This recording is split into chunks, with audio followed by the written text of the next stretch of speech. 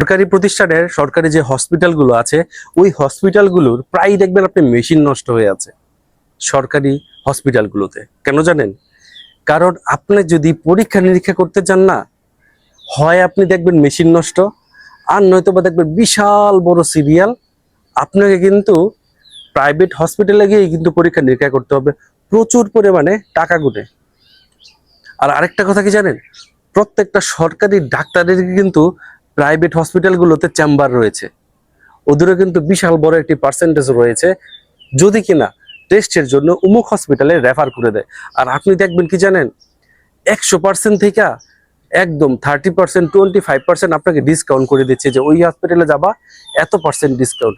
আর আমরা এত মহা খুশি, আরে সর্বনাশ, ওই ডাক্তারটা তো খুব ভালো, 20%, 25%, 30% ডিসকাউন্ট দিয়ে দিছে আমার টেস্টের জন্য, অনেক ভালো।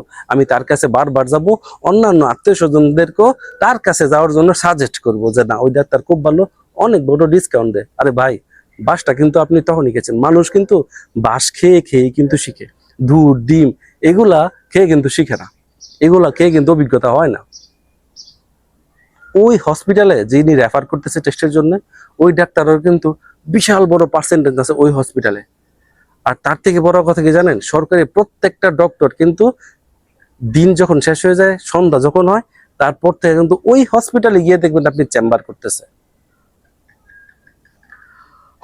এই দেশের কি হবে? কিছুই হবে না।